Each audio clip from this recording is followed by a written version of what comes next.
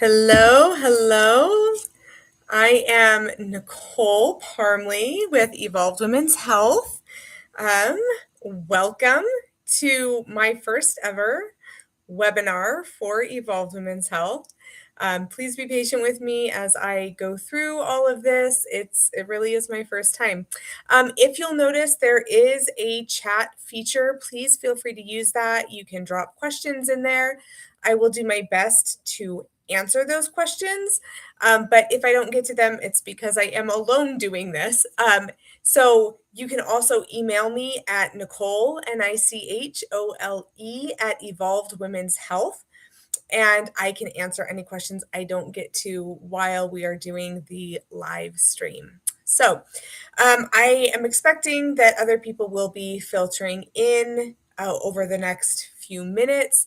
And while we wait for them to do that, we're actually just going to go ahead and dive in so we can utilize our time together. So I'm going to go ahead and I'm going to share my screen because it keeps me on track so I don't go down too many rabbit holes with you. Here we go. Let's see. There we go. It worked. All right. So the topic of tonight's webinar is your labs are normal. So why do you still feel off? And we're going to be talking about a different way to understand health.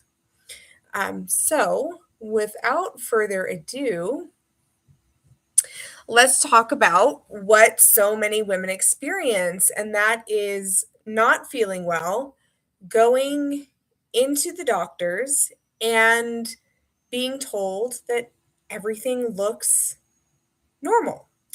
And that is very frustrating because everything is not normal. You know what it feels like when your body feels normal, and this is not it.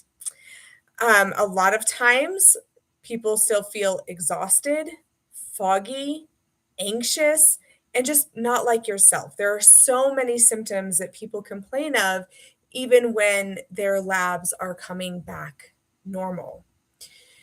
The first thing to be aware of is some of the limits that labs have. The hard truth is that lab ranges are based on averages, and they are based on averages of sick people. So if you think about how you get an average, right, you have to have a population in order to take samples from, and the majority of these samples are coming from people who are visiting the doctor or who are visiting the hospital. And if you think about that, the majority of people who are at the hospital or who are at their doctors are sick. They are there because they are not feeling well. And so that is going to skew the data towards sickness and away from optimal human function. And that is important. We're going to talk a little bit more about why.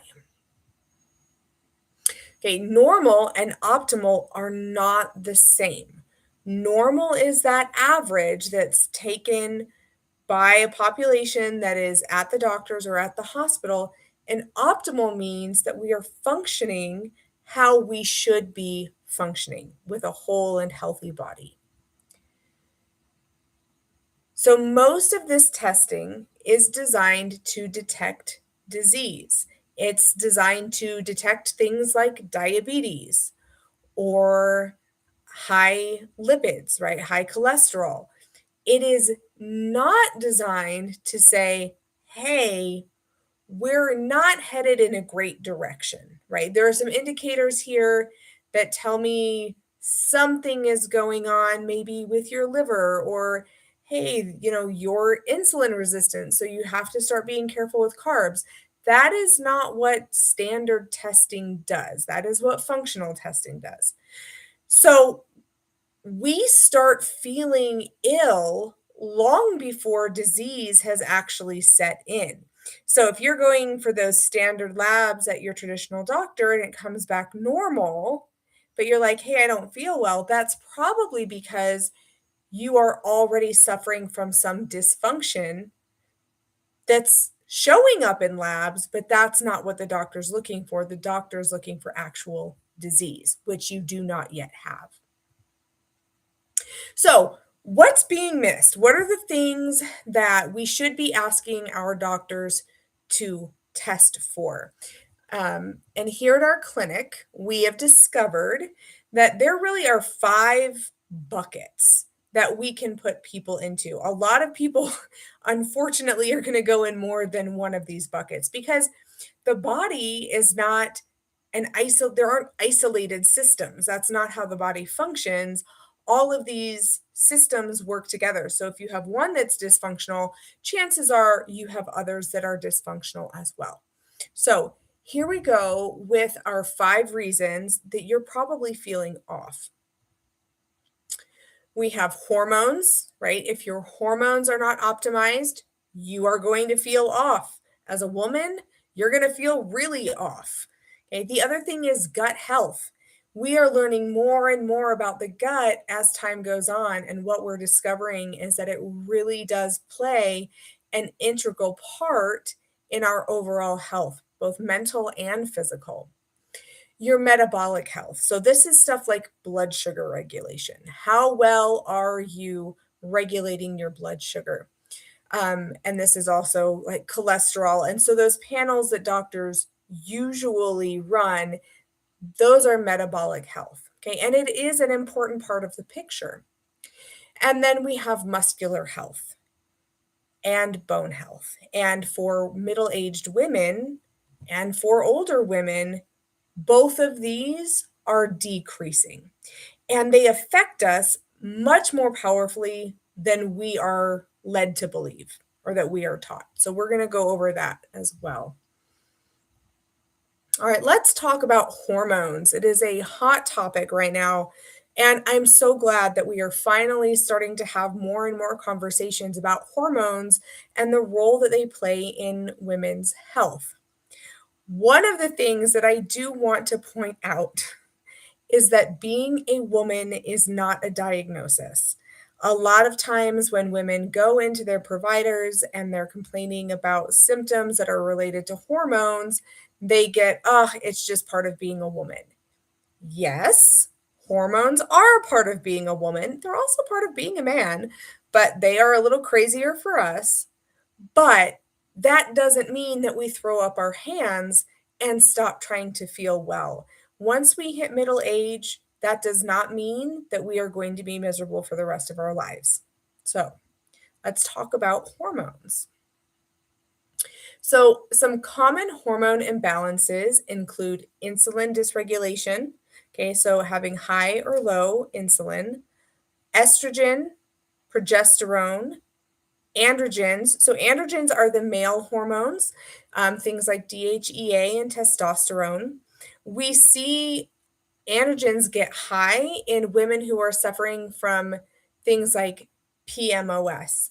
And then, of course, we see that lower testosterone in women who are aging.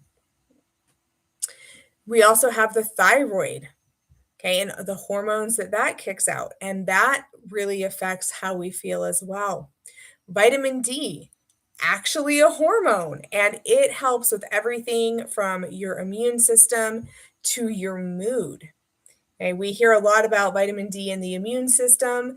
It also helps regulate mood. So if that's low, then we are going to have those feelings of anxiety, depression, aggression. Then we have prolactin and then cortisol. Okay, cortisol is a big one, especially when we hit middle age, and it can be dysregulated in a bunch of different ways.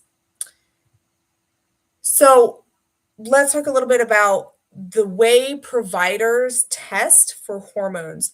So they normally run what is called a serum hormone panel, and that is when they take a blood sample and they look for the amounts of hormones that are in the blood. Now, that can tell us some really important things. It's a great baseline, right? If we see that something is off, it's very easy to be like, okay, this is due to your hormones. This is how much hormone replacement therapy we need to give you in order to balance things out. But The shortcoming of the blood hormone panel is that all it gives us is a snapshot in time, that moment in which the blood was drawn. Hormones fluctuate wildly, especially if we're working with a woman who is perimenopausal. Okay. That shifts, those hormones are shifting up and down all day long. And those shifts are a huge part of the story as to why she isn't feeling well. So just doing a blood test is sometimes insufficient. If we have a woman come to us that says, "Hey, here is my blood test. They said things were fine." We're going to run an advanced hormone panel and look at some other factors because we believe her that she does not feel well and that something is wrong. And so it's our job to investigate, and any provider, it should be their job to take that woman seriously and investigate further why she might not be feeling well. So, with hormones, it's not just a matter of amount. It's not, oh, do I have enough estrogen? Do I have enough progesterone? It's also a question of balance. What is my ratio of estrogen to progesterone, to testosterone? It's also timing. When are these hormones being kicked out? A great example for this is cortisol. If we have cortisol kicking out right before bed, guess what you're going to have a hard time doing? Sleeping, right? You can't sleep if your cortisol is through the roof. And we actually see this quite a bit where the cortisol cycle is off and women aren't producing it in the morning, but they are producing it at night. So that is really important. And then metabolization is also important. And a great example of why this is important is actually estrogen. So as estrogen metabolizes in the body, there are three different pathways it can take. And they have some silly nicknames. They're called the good, the bad, and the ugly. And what we want to know is if the majority of the estrogen is being metabolized down the bad and the ugly pathways, because that is going to create symptoms in a woman's body that are going to be very uncomfortable. And it really increases her risk for different types of cancer as well. We don't know how estrogen is metabolizing if we just take a blood hormone test, which is why if that comes back normal or close to normal, we'll usually run a 24-hour urine and or saliva test because that gives us more information about how the hormones are actually functioning in the body. So you can get a normal serum test back, a normal blood test back, and you can still be suffering from poor sleep, from weight gain, mood swings, low libido, fatigue, aches and pains, brain fog. Like the list goes on and on. Night sweats, whatever it is that has you thinking, my hormones are messed up. You are probably right. Okay, we have learned through time that women usually have a really good sense of when their hormones are off. So it's just a matter of running the right kind of test to figure out what part of the hormone cycling it is that needs attention. So just a quick story about how important hormones are. I'm going to tell you like how the clinic even got started. And it all goes back to hormones. So our founders, Angelia Roberts and Hannah Banks, they started as psychiatric nurse practitioners. So they were doing a lot of medication management. And one of the things that they started seeing was that there were all of these women hitting middle age and coming into the clinic who had been diagnosed with anxiety or depression, bipolar disorder. And they were just sitting there looking at their clients, thinking, there's no way that all of these women hit 40 and they go crazy. Like, that doesn't make any sense. There is something else happening here. We need to figure out what it is so we can actually help our clients. And so they did some digging, they ran some panels, and lo and behold, all of these women were tied together by dysregulated hormones. So Angelia and Hannah decided, hey, let's go get more education. Let's get credentialed in women's health and hormones so that we can actually help our clients get better and feel better and not just give them psych meds. Let's get to the root cause of the problem, fix it, and do something that is good for our clients. And so they went and they did that. And then they said, okay, it's time to open a clinic that addresses the whole woman. They opened a clinic that they wish their mothers would have had. Right. And so that's how we came to be. It's all because of hormones and realizing that not all 40-year-old women or 50-year-old women are crazy. They just need a little extra support. All right. So the second thing that we often see in our clinic is that the gut is struggling. So we'll run a blood panel, we'll run an advanced hormone panel, and maybe everything looks good, or there's some dysregulation, but it's not bad enough that it accounts for the symptoms that our client is having. So the next thing we're going to check is the gut. And one thing I like to mention is that when we are talking about the gut, we are not talking about a lack of willpower when it comes to nutritional choices. We are talking about the actual biology of the gut, and it is often something that is outside of our control. So here we go. Common gut dysfunctions, intestinal permeability. This is leaky gut. That's the common name for it. It's leaky gut, and it causes intense amounts of inflammation in the body, which leaves people feeling awful. Okay. We have low and high stomach acid. One of the interesting notes about stomach acid levels is that a lot of times when people are suffering from indigestion or heartburn, they think, oh, it's because I have a lot of stomach acid. What we have actually found is that it tends to coincide with low stomach acid because the body isn't able to digest the food that is actually in the stomach. So that's been an interesting thing to discover. You could also have an imbalanced gut microbiome. Okay, so probiotics, they've been hot. We've been hearing about them for, God, probably a couple decades now. And they are in our intestines and they have a lot of jobs and they need to be balanced. It's not just about having them, it's about having the right quantities of the right strains. And we have some that are considered beneficial and we have some that are considered opportunistic. And if we don't have enough of the beneficial and we have too many of the opportunistic, we can have symptoms that feel just like those common hormone imbalance symptoms.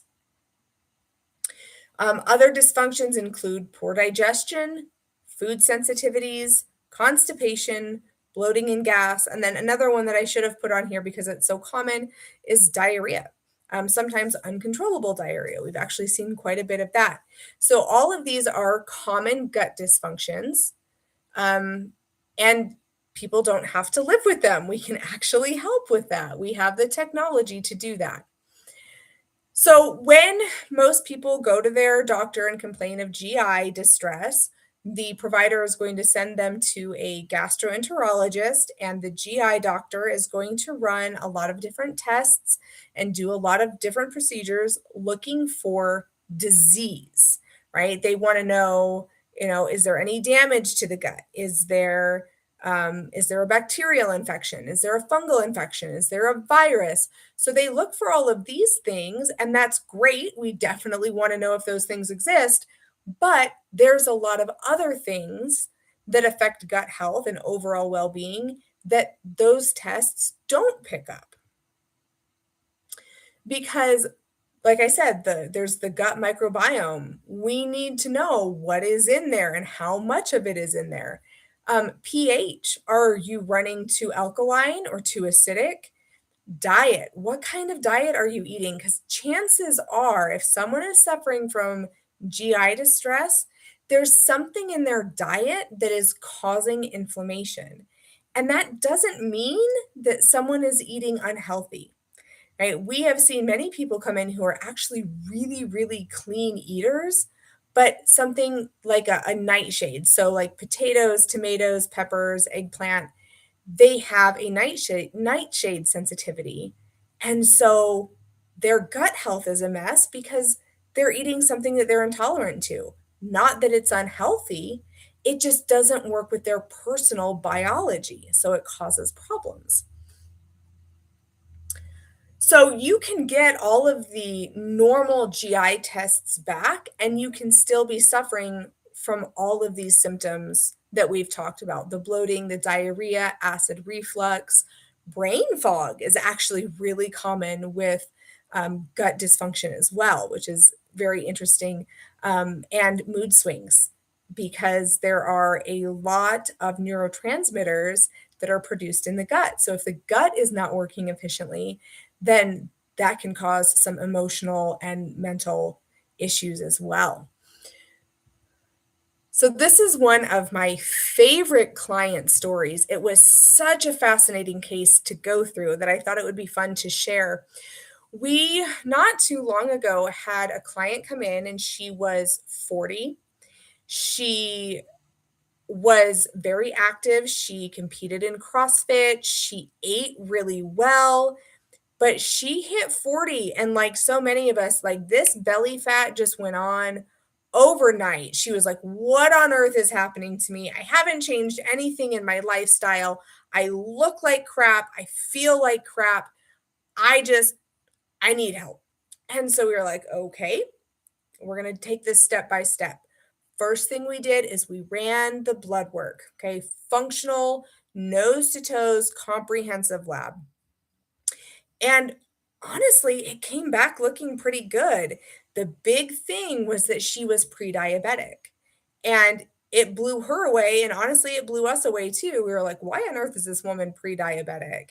And it was just that she was eating a high carbohydrate diet, and that wasn't bad for her. As someone who is extremely active, that diet had been working for her for a decade. But then she hit middle aged, and women become more insulin resistant as we age. And so, through no fault of her own, she had just gotten to a place in her life where she had to eat fewer carbohydrates because her body wasn't processing them as well. So we said, okay, let's go ahead, let's decrease your carbs and see what happens. So we did that. She did a great job. She did everything we asked her to do. She got her blood sugar back down into the healthy range. But wouldn't you know it, that belly fat never came off. It didn't come off. She was super frustrated. Honestly, we were kind of frustrated. We really thought that was going to work. And so we said, okay, let's take another look. Let's go a little deeper. Let's dig a little deeper. So we ran an advanced hormone panel on her. And honestly, that came back looking pretty good too. She had some small tweaks we had to make, but nothing that would have explained putting on that much weight and not being able to get it off. So we were like, okay, we're like step 3 here. We're going to run a gut test. Let's see what we find out. And that was the test that enlightened everybody. So we got that gut test back, and we were blown away. She was borderline autoimmune, very nearly Crohn's disease level. Her microbiome was way out of whack. So she had tons of opportunistic bacteria and almost none of the good bacteria, right? The beneficial bacteria. And we knew that that meant that there were a lot of things that were going to be off in her body, because that balance is so important. It actually, there is a strain called Akkermansia. That's a probiotic strain. And if we don't have that, we struggle to make our own GLP-1s. And so That was one of the ones that she was missing that we knew we were going to have to give her. She also had evidence of gluten intolerance and leaky gut and overall high levels of inflammation. And when we dug into her history, it started to make sense because she had been on antibiotics long term when she was in her teenage years because of acne. And then for years, she had been taking Z-Quil almost every night to help her sleep. She'd never been a very good sleeper. So her gut had been under assault for years. And so we were like, okay, this is definitely a problem. Like maybe it's not the problem. We think it is, but let's treat it because if we don't treat it, it's going to get worse and you're going to feel worse. So let's handle this. And so she had targeted supplementations to support healing. We actually took her through an elimination diet because we wanted to find out what foods she was eating that were causing all of that inflammation.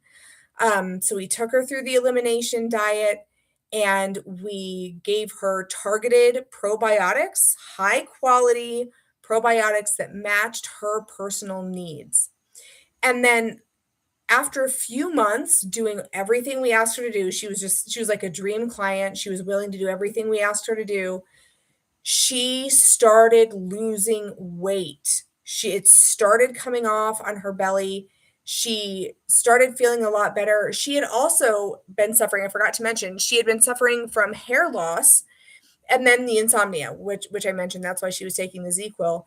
Once we got the gut healed, the weight came off, the hair started growing back, and she started sleeping better because as the gut came into balance, so did everything else. So it was a fascinating case. It was so fun to work on it. And it just drove home the importance of the gut as part of the body systems that affect how we feel. All right, let's talk about metabolic health. All right, in this one, when metabolic health is dysregulated, this is where women start to feel like the problem is them. They're lazy, they're not exercising enough, they're eating too many calories. And it gets compounded by the fact that traditional providers, their only answer to metabolic dysfunction is eat fewer calories and exercise more. That's not actually very helpful, and it's rarely the entire story. So let's talk about metabolic symptoms. Abdominal weight gain. So one of the most important things about abdominal weight gain is gaining visceral fat. And a lot of people have heard about visceral fat, but I'll explain what it is just in case you've never come across this term before. Visceral fat is the fat that accumulates around your organs, and it is the deadliest fat in our bodies. And so when we see people putting on abdominal fat, we know that a good chunk of that is visceral fat. And that is why we get worried. It sends out high amounts of inflammation signals into the body, and it chokes the organs as well. So that's why we worry so much when we see a high accumulation of abdominal weight gain. This also has to do with insulin. Okay. Metabolic dysfunction has a lot to do with blood sugar and the spikes and the crashes that people feel when when they're fatigued in the afternoon and they're grabbing for that cup of coffee or that sweet treat. That shows us that there's issues with blood sugar regulation, difficulty losing weight, cravings. If someone is having cravings, especially for like carbohydrates or sugar, we know there's probably metabolic dysregulation, because those two are just like part of this vicious cycle and they feed off of each other. Hair loss can also be a sign of metabolic dysfunction because hair is like it's decoration. That's how the body views it. And so when the body is not healthy, one of the first things to go is going to be our hair. Um, which is why when women come in talking about hair loss, we're like, hold up. I know it's frustrating, but we need to check on your internal systems before we start giving you topical ointments, because chances are if we fix your blood sugar regulation, if we fix your gut, that your hair will start to grow back because you have a healthy environment for it. So metabolic panels are probably the most common thing that traditional providers do well. They do a good job at looking for things like elevated A1C, fasting glucose, cholesterol. All of these things are important. And I don't ever want to come across as functional or integrative medicine poo-pooing on these, because that's not true. They are very important markers, and we do take them very, very seriously.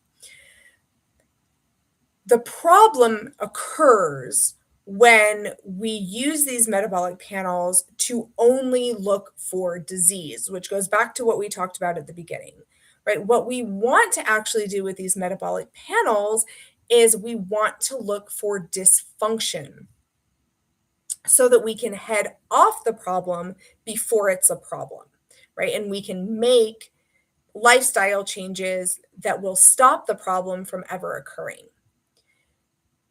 So, when we talk about metabolic health, yes, we are looking at those traditional markers that everyone gets annually when they go in for their physical. But we are also talking about muscle mass. Super important for middle-aged women and older women. We lose muscle mass starting at the age of 35. This is not a 60-year-old's problem. This is a problem starting at age 35. Okay, the other thing, insulin sensitivity and insulin resistance. This number, it is a score, is so important, and it is so very rarely tested for. Luckily, it's another one of those things that we're starting to see conversations about. But if I could say to any woman, what do you ask your doctor for? I would say ask them for insulin resistance, because insulin resistance shows up years before elevated A1C or elevated fasting glucose, years and years before diabetes or prediabetes. So as as soon as you hear this this webinar, start asking your doctor for insulin resistance. It should be something that we are testing for from the time people are children, especially with the obesity epidemic in children. Okay, we need to be testing for insulin resistance as early as possible, and we need to be testing for it annually so we can get ahead of problems. So that is one metabolic marker that you need to make sure that your doctor is running. Um, Metabolic health also requires methylation. This is a complex system in the body, process in the body. It's like your switchboard, and it tells which processes to turn on when. And as our methylation slows, our body's ability to recover and regenerate slows as well. Sleep is an incredibly important metabolic marker, but we don't test for that, right? If someone's sleep is off, it's related to metabolism. It is affecting metabolism. Hold on, my throat is getting dry. And then we've talked at length about blood sugar regulation, hormones. Okay, this is one of those overlaps. Hormones affect metabolism, metabolism affects hormones. And then the last one here is nervous system regulation. Okay, stress will mess up your metabolic health, and poor metabolic health is going to increase stress. So, mental health is a huge part of physical health. And there's a lot more work that the medical community needs to do with mental health. It needs to be destigmatized, and it needs to be included in physical health assessments in order for us to keep people healthy. That is one of the things that our clinic does. Is mental health is a huge part of the programs that we run with our clients, because we know we need both. So you can get a normal metabolic panel back, and you can still feel all these things, okay? Because they're not taking into account all of the things that we just talked about, things like muscle mass, things like mental health. They're not taking those into account, and they have to be taken into account. Our body does not function in isolation. Um, so your metabolic health is more complicated than just a blood panel. So if you're getting a normal metabolic panel back, don't think that you should just accept that everything's fine. Do what we do and get curious. That is the magic sauce when it comes to health. Get curious, ask questions. You are not doomed to a life of chronic pain or chronic overwhelm. Something is going on. Let's find out what it is. And I hope that by the end of this webinar, you have some tools in your tool belt that will help you advocate for your own health and your own testing.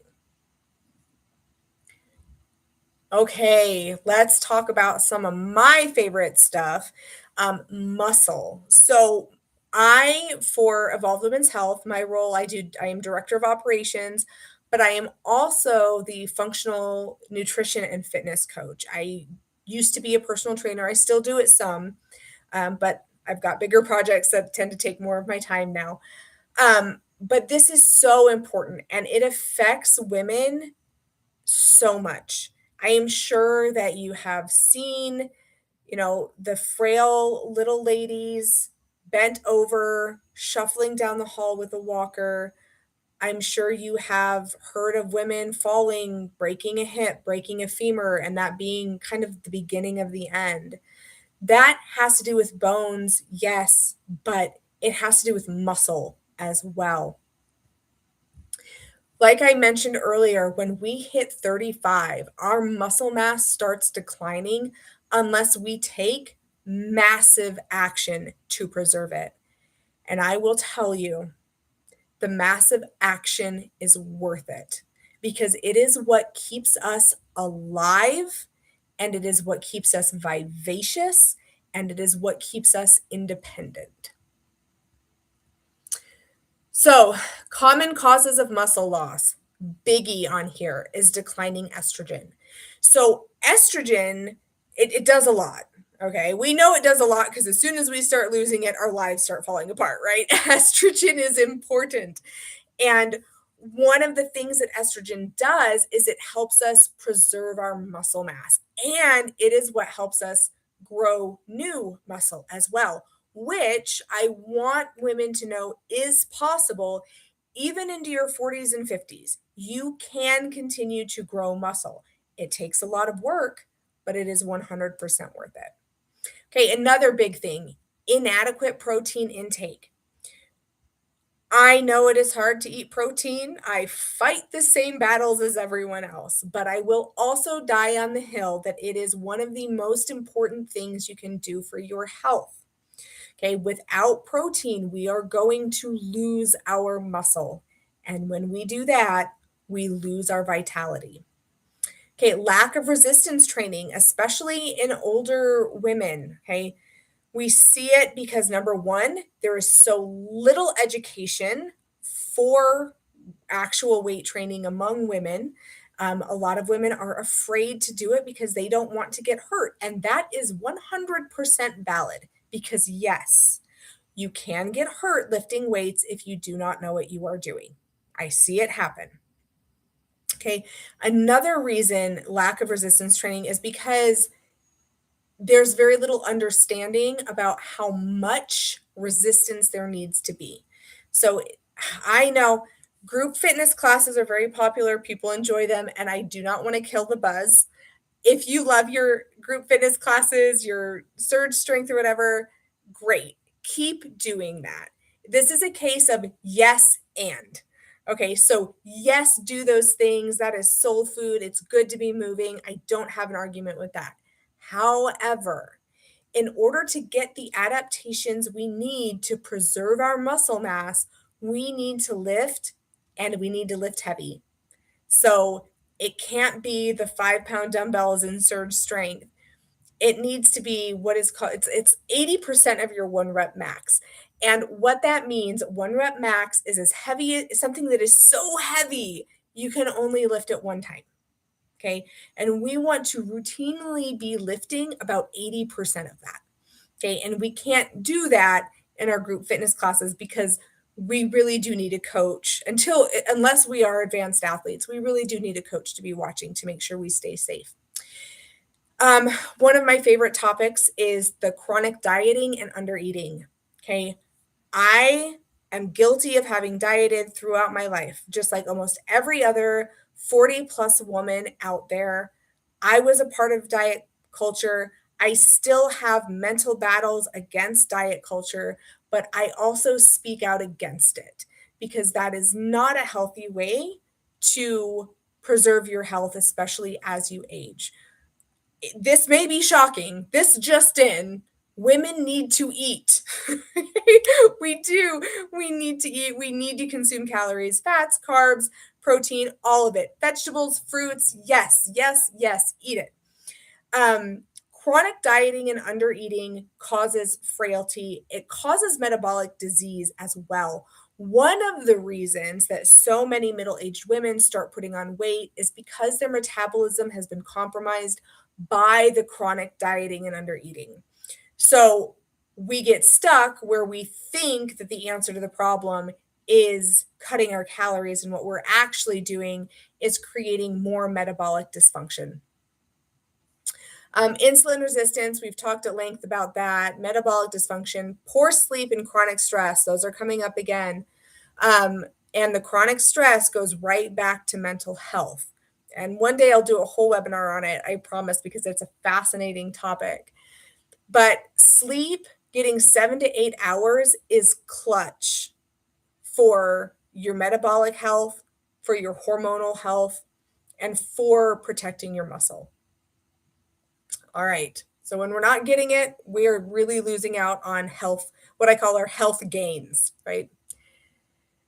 So while it is normal for providers, oh, wait, okay, providers don't check for this ever, ever. So when we reach about the age of 60, 65, they will start sending us, insurance will deign to pay for us to have a DEXA scan done. Okay. And that checks for bone mineral density. That's what they use DEXA for. DEXA, DEXA, is capable of so much more. I've been using it for years. DEXA, it costs anywhere between $70 to $100 for a scan. It is the gold standard for body composition, and it gives us muscle mass and visceral fat, body fat percentage, and bone mineral density, among many other readings. It's so simple. It's so simple, but they refuse to do it. Okay. Insurance won't pay for it. Traditional medical providers don't talk about it. And the whole time, we are losing muscle mass. And we don't have to. We don't have to. We can test for this. You can start. I tell people when I have clients come in, if they are 35, they are going to get a DEXA, and they are going to get a DEXA annually, at least. For clients who are really struggling with weight gain or who have just horrible symptoms, I will send them what would that be? Every 3 months, every quarter.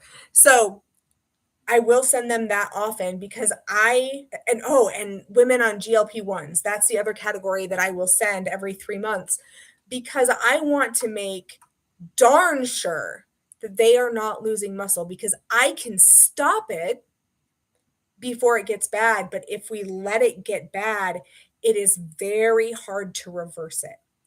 So that is another test. Write it down. Okay. Find a DEXA, DEXA. Sometimes it is just DXA. Find one near you. If your insurance provider won't pay for it or your doctor won't order it, there are plenty of boutique DEXAs out there. You just have to Google like DEXA near me, and for sure one's going to pop up for you. It is 100% worth having that test done at least annually, more if you are on a GLP-1 or on some kind of weight loss protocol. Okay. Not that I advocate for that because I don't. But if you are, you are. Okay. So let's talk about symptoms of muscle loss. This kind of like blows people's minds. They're like, wait, there are symptoms of muscle loss? I'm like, yeah, yeah, there are. Here they are. Okay. So loss of strength. I know, shocking, right? Yes, loss of strength. So if you think about my favorite example is jars, right? When you were in your 20s, you could probably open a jar pretty easily, right? You could get that peanut butter open, you could get those pickles open. It was fine. How's it looking? 40, 50, 60. If you're having a harder time opening jars, that's an indication that you're probably losing muscle mass. Okay. Fatigue and low energy. Okay. Muscle affects metabolism. Metabolism affects your energy. Okay. Changes in body composition. We hear this all the time. We see this all the time. Have experienced it as a middle aged woman. Why am I getting so soft? Right? It's like I used to feel athletic. I used to feel powerful. Now I'm starting to feel a little like a grandma. That is body composition change, and that is an indicator that you're losing muscle. Balance and stability problems. Okay. If you find yourself being thrown off balance more, don't ignore that. That's real and that's valid. And that is a symptom that you're losing muscle. You're losing the ability to stabilize. Okay. Joint pains and aches. So, this is related to muscle because as we lose muscle mass, we lose the protection of that muscle around our joints. So they start sliding out of place more. And that causes that achiness. They also, if they're rubbing up against each other, they can end up inflamed, right? Like the bone heads in a joint, they end up inflamed. That's indication that we're losing muscle mass around those joints. And if you're losing it around the joints, you're losing it elsewhere. Okay. Reduced performance. So I know not everyone is an athlete, but if you think about just maybe you've enjoyed hiking in the past and you're starting to get more winded, you're just getting tired earlier, you can't do hikes that are as hard. That's not a you need to eat better problem. That's a your muscle is likely declining problem. And that doesn't mean that you need to eat more salads. That's not the solution to that problem.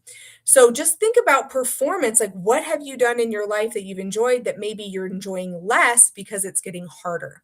Okay. That indicates there's something going on with your muscle. Okay. And then just difficulty with daily activities, laundry. Now, is it harder to pick up a laundry basket? Is it harder to bring the groceries into the house and put them away? Is it harder to lift things over your head? If the answer to those questions is yes, you are suffering from symptoms that are related to muscle loss. And you need to go have a DEXA done. And you need to find someone to help you learn how to weight lift.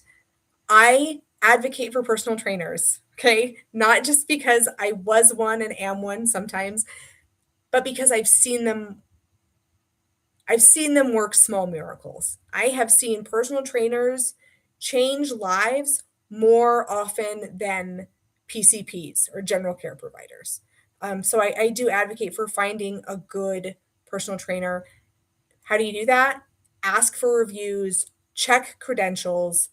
Reviews are really where it's at, though. Get in touch and ask for numbers. Well, maybe not numbers, but ask for real examples. Oh, did you get stronger? How did you test? Did you put on muscle with this trainer? Like, get specific, not just, oh, yeah, they were so nice. Nice is great. Nice doesn't keep us healthy. Okay, so look for a good personal trainer who is getting results. Ask around, read on Google. All right, I'm done. Off the soapbox with that.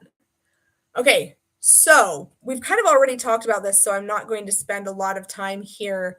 So if your doctors are not going to check for sarcopenia, sarcopenia is the fancy term for muscle loss. If doctors aren't going to check for it, we have to check for it.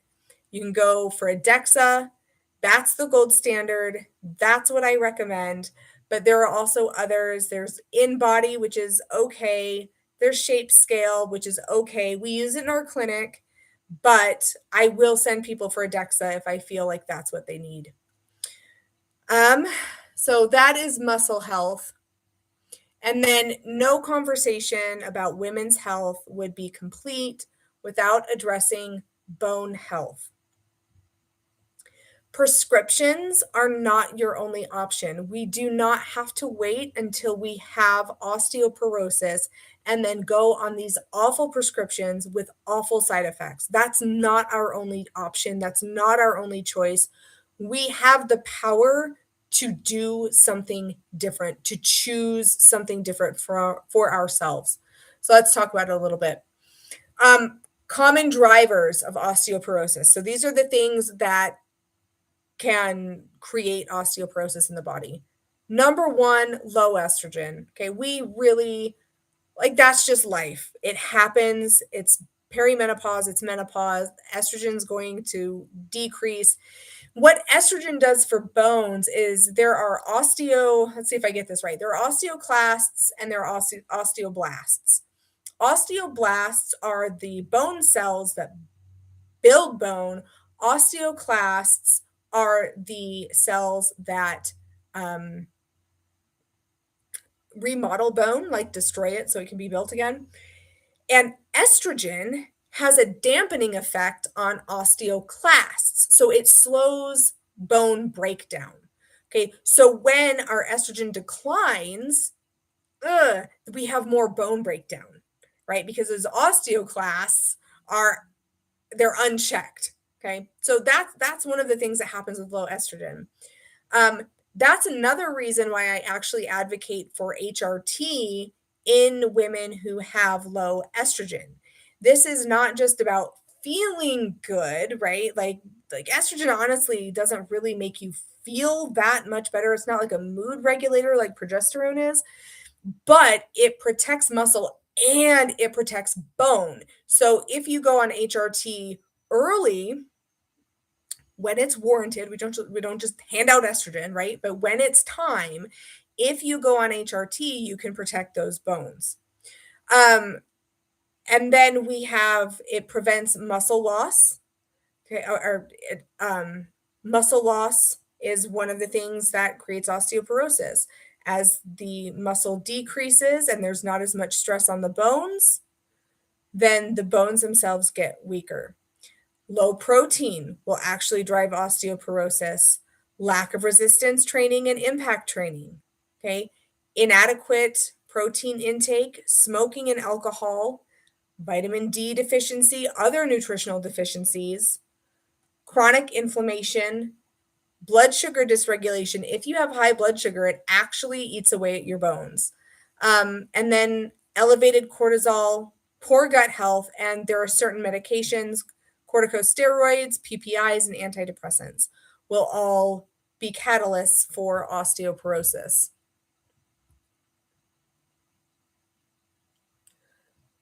So while it is normal for providers to overlook early changes in bone mass and wait until significant loss has occurred to intervene, this can allow dysfunction to progress silently for years. Okay, the standard is not acceptable. We should be running DEXA at age 35 and above. In some cases, especially if someone is on the drugs that we talked about, we want to do it earlier.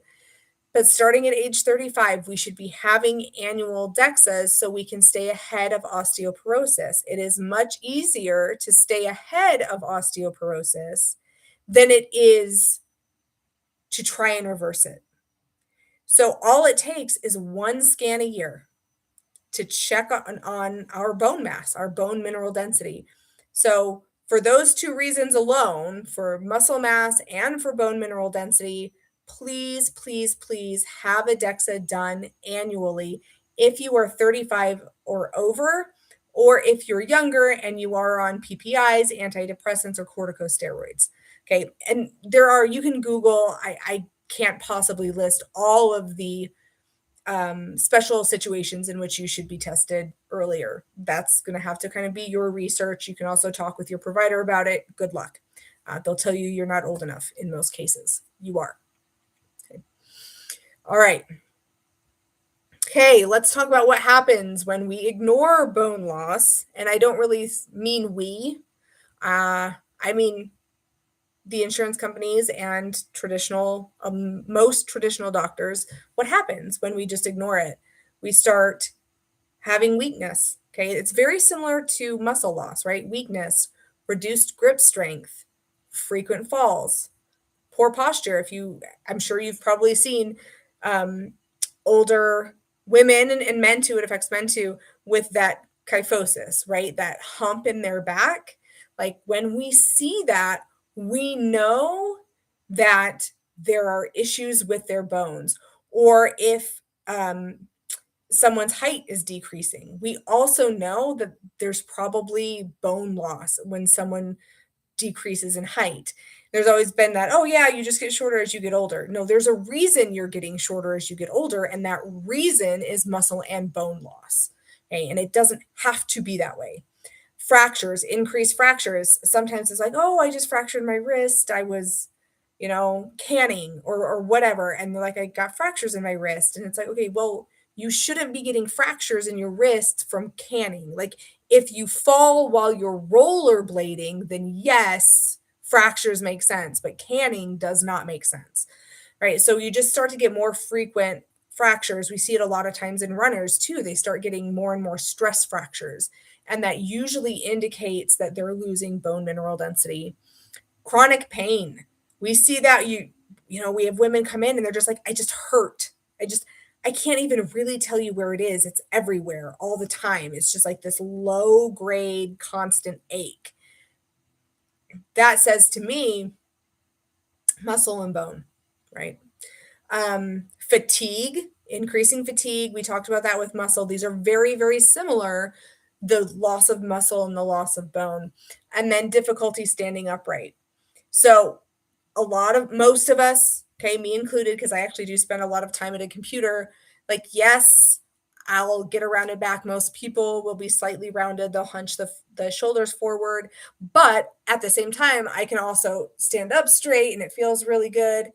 You'll see as people age, they have a harder time actually standing up straight. And when we see that, we suspect osteoporosis. So, those are just some symptoms of osteoporosis, decreasing bone mineral density, osteopenia, right, which is the precursor to osteoporosis. All right. Whew.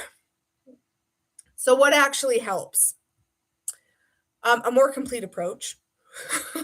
Like that's it, right? The style, the way in which we practice medicine, especially for women, has to change because what we're doing is not working. Okay? Health outcomes for women are atrocious. Health outcomes for women in the United States are like atrociously atrocious. Worst in the developed world. So it's not working. Okay. So let's talk about what does work. Okay. Taking a comprehensive medical history.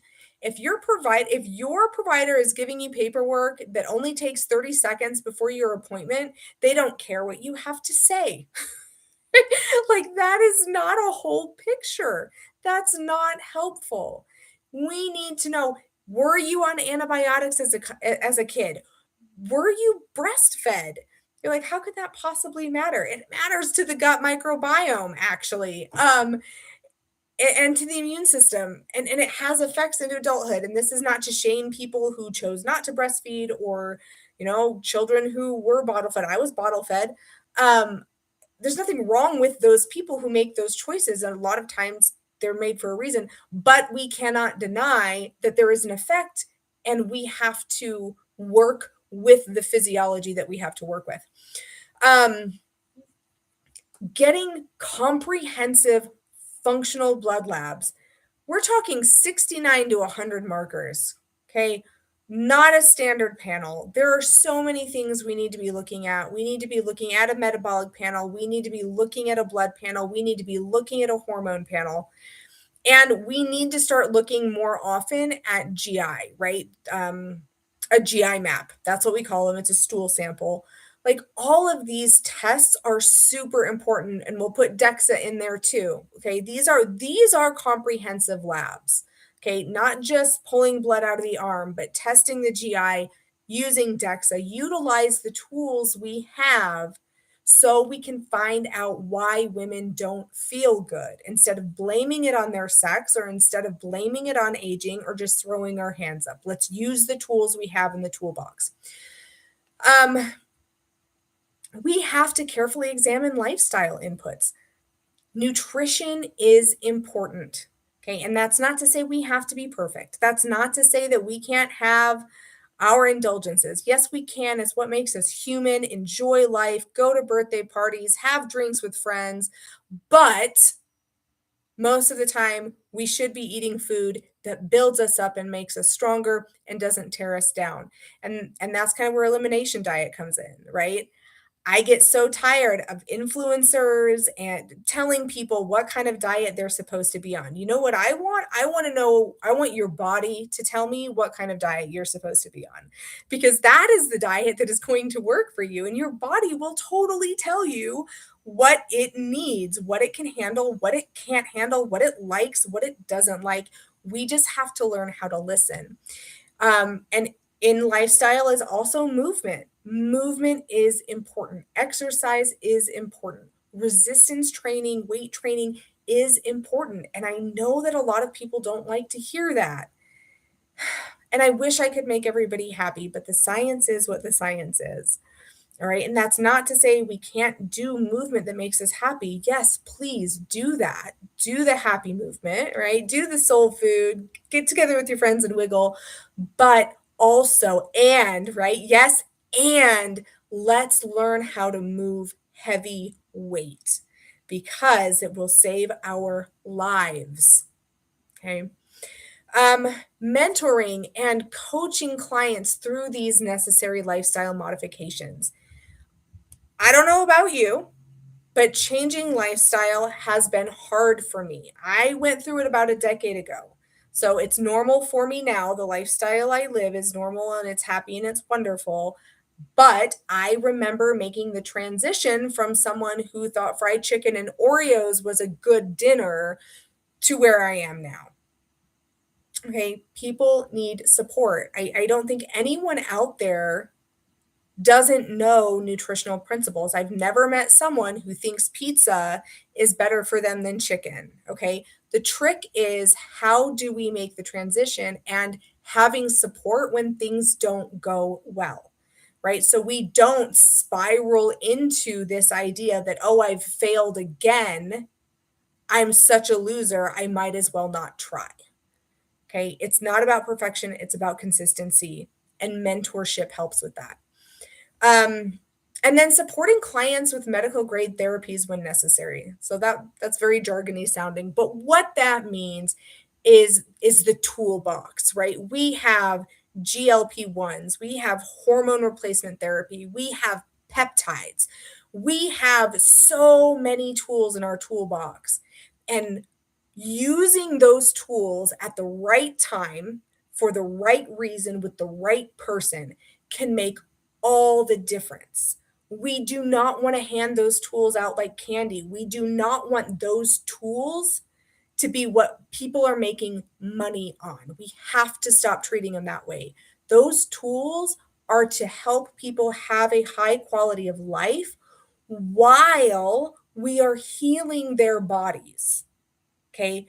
Your doctor should not be throwing a GLP-1 at you and saying, come back in a few months. By the way, make sure to lift some weights. Okay. That is not what should be happening. Hormone replacement, same thing. Should not be getting hormone replacement therapy thrown at you and then, hey, come back and see me in 6 months or let me know if it doesn't work. No, there needs to be monitoring, there needs to be coaching, you need to have a team with you. There need to be complete care teams helping women through this stuff because it is complex. Okay. They didn't even include women in medical studies until 1993 because women were too complex. Okay. But we're going to hand them hormones and say good luck. Like, things that don't make sense. Okay. So, medical grade therapies are toolbox, super important when used responsibly. And then the last thing, mental health support. Mental health affects physical health. Okay. And if a woman is overwhelmed, if she is burned out, if she is in an unsafe environment, she will never thrive. And mental health problems, trauma, these can all present themselves like any other symptom that we've talked about tonight. So, mental health should be an integral part of a comprehensive health approach. Without it, we will continue to fail in our treatment of women. All right. So finally, I'm 5 minutes past. I'm sorry. I'm just so passionate about this stuff. Sometimes I get going. So here are some free resources for you. We have some quizzes. We've got a hormone quiz. We have an inflammation quiz. Please feel free to take those and get an idea. Are the symptoms you're experiencing, could they be related to hormones or inflammation? These quizzes will kind of help. Please don't consider them a diagnostic tool. They are not a diagnostic tool. They're just kind of like some insight for you. We also have a podcast. We have, it's all on there. I've got like 8 different links on there. Please feel free to use them. There's a link for a discovery call if you want to talk about your particular case. If you're interested in learning more about Evolved and what we do, please use these resources, share these resources, share what you've learned tonight, and let's work together to improve health for women so that they can have vitality for life. All right, that is it. Thank you so much for coming. I hope it was worth your time.